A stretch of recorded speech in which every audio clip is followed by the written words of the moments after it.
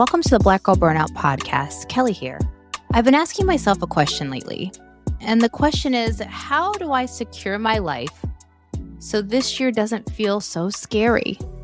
And I know that question sounds like a planning question. It's a question that makes me think, well, if I get just the right things in place, the right income, the right look, or the right level of productivity, I'll finally feel okay. But here's what I've been realizing. I'm not actually asking a strategy or planning question. I'm asking a safety one. And I want to talk to you about that today and really all month. I want to talk about the fact that it seems like we're all chasing safety right now, every single one of us. But I think we're chasing it in all the wrong places because safety isn't a number. It's not a bank account. It's not a bag or a body image or a title. Safety is a nervous system state. And until we understand that, we're going to keep running toward the things that cannot give us what we're actually looking for. This month, we're going to be talking about how to create safety from the inside out. And we start today with naming the thing, giving it a diagnosis. And that is why safety feels so impossible right now and what we're doing to our bodies in the search for it. Let's get into it. 2026, it is something special, y'all. There's just been a lot that has been happening in my life and in really the past couple of years that has made that question really top of mind. If you've been listening to this podcast for a while, you already know the journey I've been through with family illness and death in my family in the last couple years, and the journey with my own health, which is still ongoing. I have been stuck in survival mode for a very long time. And this podcast and everything I write about and everything I'm doing for myself personally has been really a dedicated effort to relax that, to get out of survival mode, to get back into my body. And those efforts have paid off. There have been things that I have done and I've talked about doing that I feel the difference in my body. I feel things getting better. But also, there's a lot going on in the world and in my life still that make getting out of survival mode really difficult. There's a lot of things that I am trying to fix and adjust in real time that it just feels like every time I think I've got something figured out, a new hurdle comes in my way. I got to jump another hurdle to get to nervous system regulation and peace. You know, I'm doing the work, so to speak, but there's things I can't control. Financially, things still continue to be up and down weirdly. There's a lot going on politically that actually impacts my financial life, even though I don't work in politics and don't do some of the work that people think are typical of politics. It still impacts me.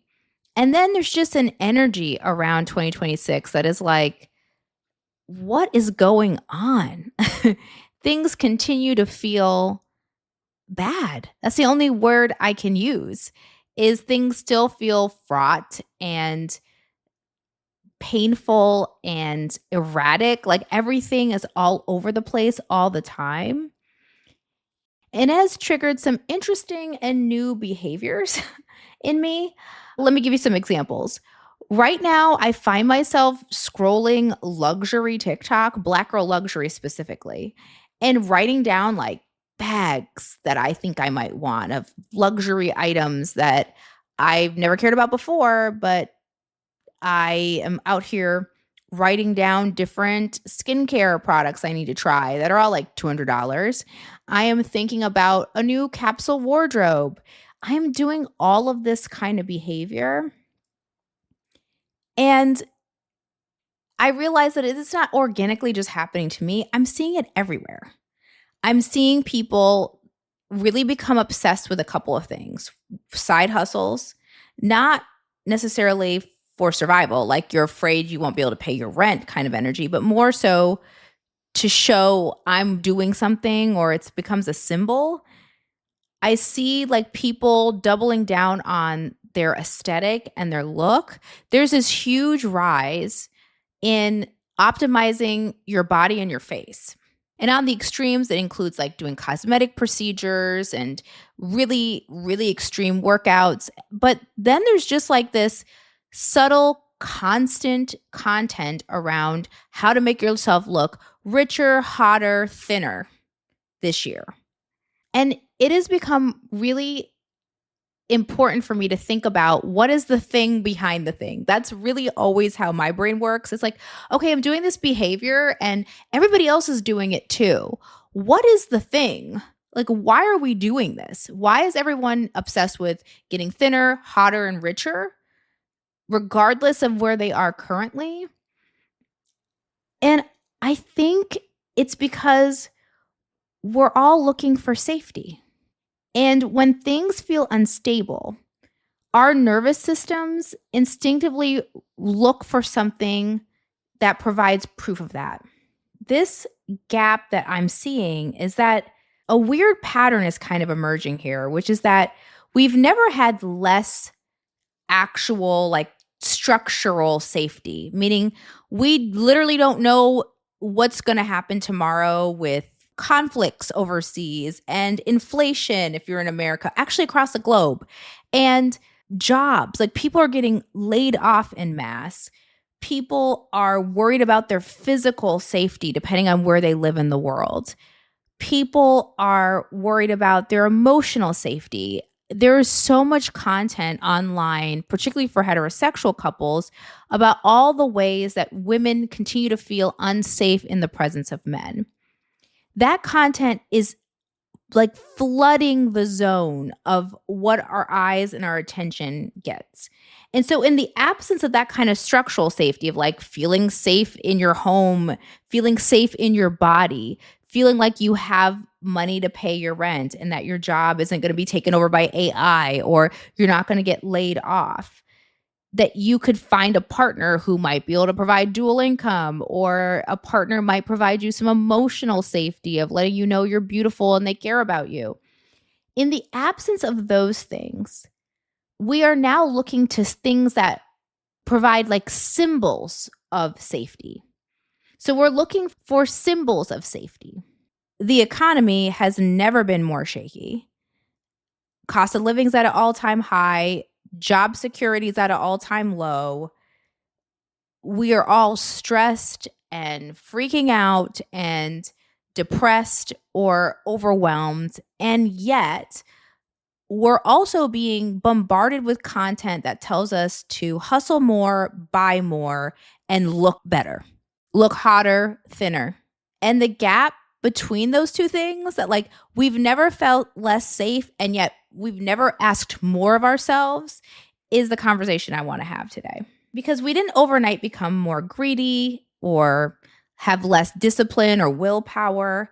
This is our bodies reacting and adapting to, truly unprecedented times. And I know if you're a millennial, we hear unprecedented times about 55 times a day.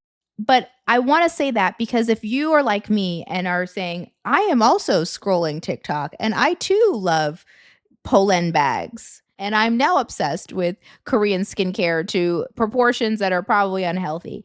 If you find yourself in a state like that, I just want you to know that's your body trying to bring and create safety in the space where it doesn't feel like there is anything. And that's a direct product of the environment that we're in and, honestly, capitalism. I'm just going to name it. It's capitalism, y'all. It's killing us.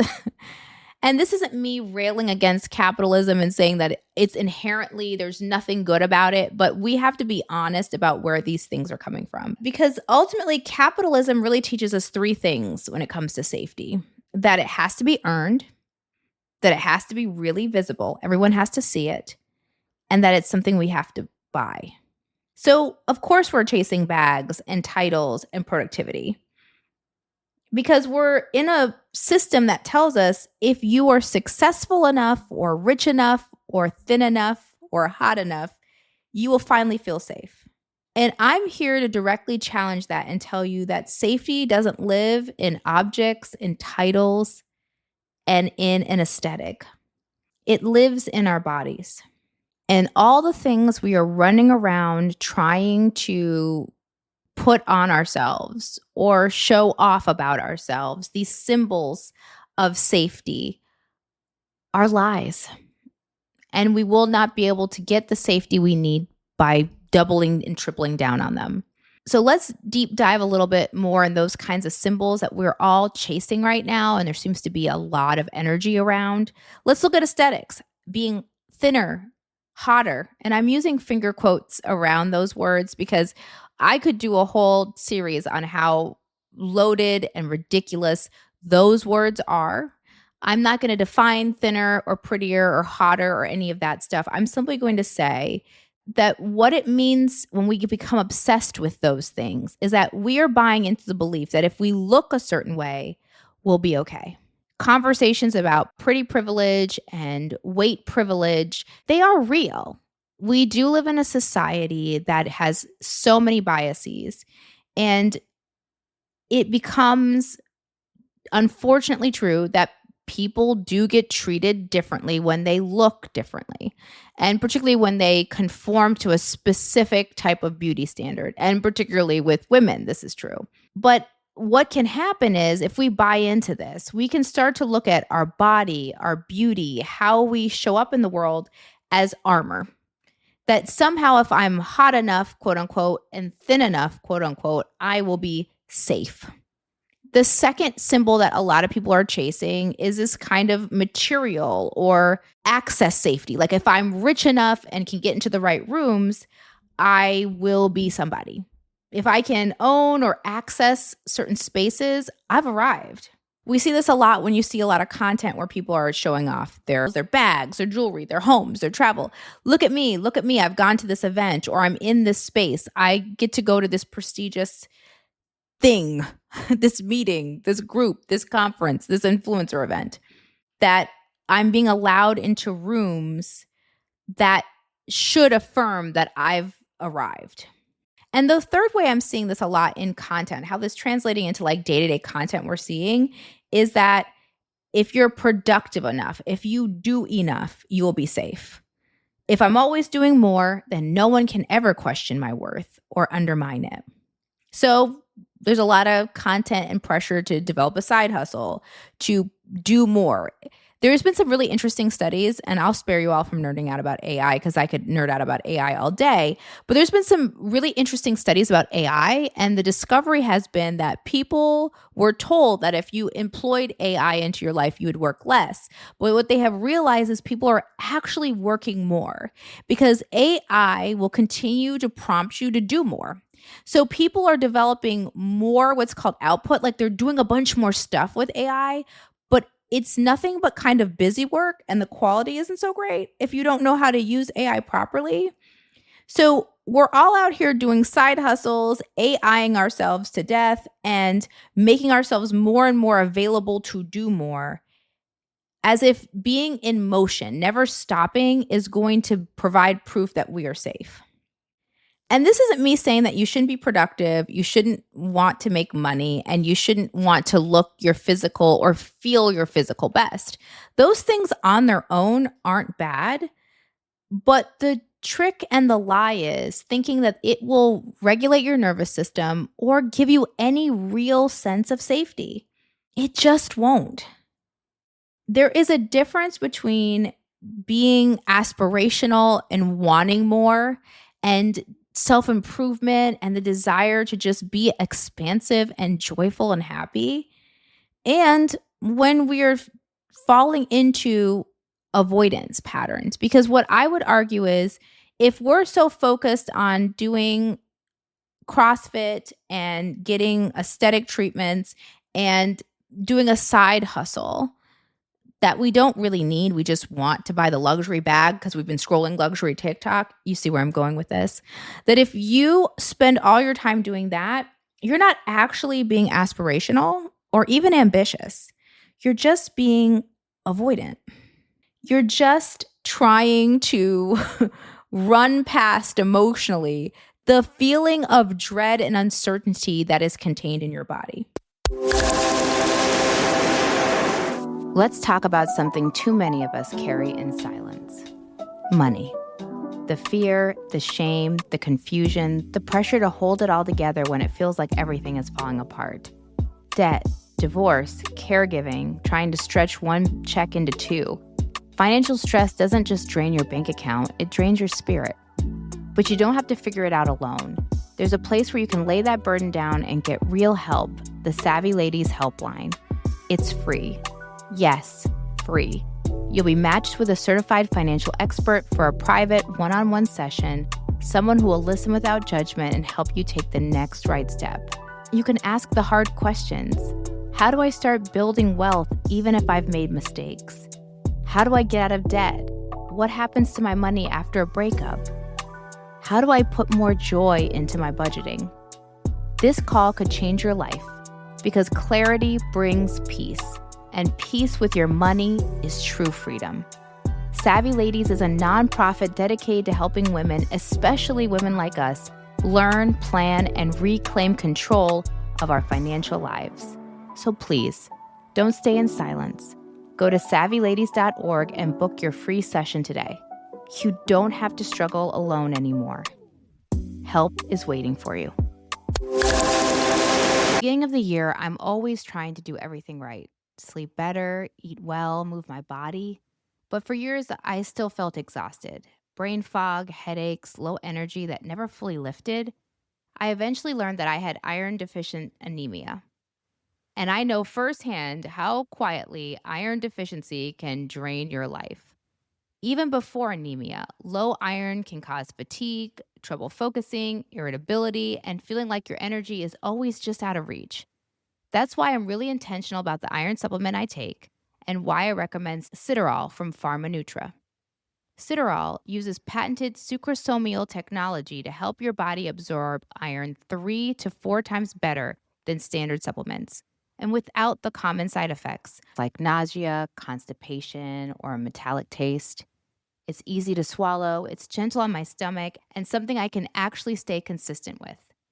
If you're starting the year feeling tired or foggy despite good habits, you're not alone, and this might be the support your body needs. Head to pharmanutra-us.com and use the code BGB for 10% off your first order of Citarol. That's PHARMANUTRA-US.com. Promo code BGB. When you are aspirational, when you are desiring something and wanting to expand and live a bigger, fuller life, you spend a lot of time asking why. You're curious. You want to know what is the direction I need to go, or what are the things I need to do to feel more alive. And that may lead you down a path of wanting to try something aesthetically, or tutorials on how to dress a certain way because you feel so alive when you do that. It may lead you to start a side hustle because your current job isn't fulfilling, but you've discovered this other thing is. Those are markers of aspiration. Avoidance skips the why altogether. You never ask why. You just keep moving and doing. You master some technique in makeup, and that's never enough. Now you've got to do something else. You do a side hustle and you make a certain amount of money, but it's not enough money because now you want something new. You work and work and work and do a lot of productivity and put out a lot of stuff into the world. You've written 55 books in 2 months, and yet you don't feel good about any of them and need to go back to the drawing board and create a new book. I know all of these little moments because I have found myself doing them. I'm not necessarily spending all day worried about my looks. I'm not spending all day long worried about my looks, I'll be honest. It's not that important to me. But I am someone who will find a skincare routine that works. And when I am dysregulated, when I no longer feel safe in my body, one of the small ways I wasn't realizing until nowish is that I will find a new skincare routine. Not because my old one didn't work, but because there's some new thing. Now we're on peptides and I need to be shooting myself up with peptides. Now I need to find a new skincare product because now everybody's really obsessed with this other thing. And now I need to get on the train to buy that thing. And even though I have a $200 skincare routine, I need to invest in another $200 one because this is the new latest and greatest. And I'm not asking myself, why do I not like what's going on with my skin? I'm immediately all in on the new thing because I just want to keep myself busy so I don't think about how the world is really kind of terrible right now. It also shows up for me in productivity. I have a beautiful love-hate relationship with AI in full transparency. I am a heavy user of it in the sense of like, I love systems and it's really helped me optimize systems with figuring out where I can leverage things. I love the way it has saved me time. And I love having a brainstorming partner. My brain loves to think about all the different things and different ideas. And when I am anxious, one thing your girl's gonna do is come up with a plan. And AI has helped me come up with 355 plans. Have I executed 10 of them? No. Have I executed 5 of them? No. But have I created 355? Sure have. Because in the absence of safety in me figuring out, is this contract going to come through to pay for my year? I instead double down and triple down and quadruple down on brainstorming with AI. And I'm not asking why, I'm just doing it. So it's really important that we think about how much of us are being expansive and big and wanting to look for fulfillment and aspirational and ambitious versus avoidant. What does that look like? It looks like when your job has a purpose and you're looking for work to fulfill a need versus taking a job to prove your worth or adopting a title that is important. It looks like finding partnership or relationships with people that like a space of safety, a refuge, a soft place to land versus using partnership to prove to people you have worth as like a social protection. Well, I have somebody, so therefore I'm safer. It's wanting to improve different aspects of your life. Like, oh, I've always wanted to get into Pilates. This seems to be the new thing now. Everyone wants to do Pilates. But I actually like it. So I want to just learn. I think it'd be fun. It's a good way to move my body. And I'm all about joyful movement. There's a difference between wanting to be stronger or feel good in your body so it doesn't hurt. If we're a little more physically fit, we tend to have, and this is science backs this up, we have less pain versus if I'm pretty enough, maybe I'll survive this economy. And more importantly, if I'm thin enough, somehow I will prevent bad things from happening. It's okay to desire things. It's okay to want more. But when the wanting more stops asking why, it's no longer a want. It's a defense mechanism. And it's a harmful one at that. So if it's become clear that maybe you're like me and your wants are protective armor, but they're not actually making you feel safe. They're just making you feel more anxious and less grounded. What can you do? This month, we're going to focus in on that. How to create safety when it feels like there isn't much of it around you. And for today, I just want you to think about the questions you can ask yourself when you might find yourself in a spiral where you're pushing yourself to do more, earn more, look more, be more physically. And it's simply just asking yourself, what do I think this thing is going to give me that I don't have right now? If it's, food on my table, then you probably should do it. If it's a small little bump in income, but it's going to cost you 20 hours to do it, that's for you to answer. But maybe it's not worth it. When we think about the things that something can give us, think about it in these categories. Is it going to give you relief? Do you believe your anxiety will come down after doing this? Will it create more ease in your life? Will it give you back time? Time is a very expensive type of currency. You've heard people say time is money. It truly is. So, is this thing I'm doing going to give me back time? Will it give me choices? Will it open up paths for me where I can be bigger and brighter and more joyful? Do I have choice back? And then, of course, one of my favorite ones, will this bring me and give me rest? If I do this now, will I be able to rest later? Or will it create more ability for me to take some time for myself? In other words, we're looking for things that will help regulate us. It's not the thing, it's not the object or the stuff. It's not a magical number in our bank account. It's not a number on the scale. It's not the amount of plans you can develop. That's not really the point. It's what it gives your nervous system. And so as you go through this kind of inventory of the what do I think this thing I'm chasing, this spiral I'm in, this TikTok doom scrolling I'm doing, what do I think it's going to give me if I get that extra bag? While you're doing this, I want you to ask yourself two kind of additional questions. Is this just giving proof to other people, or is it giving me peace?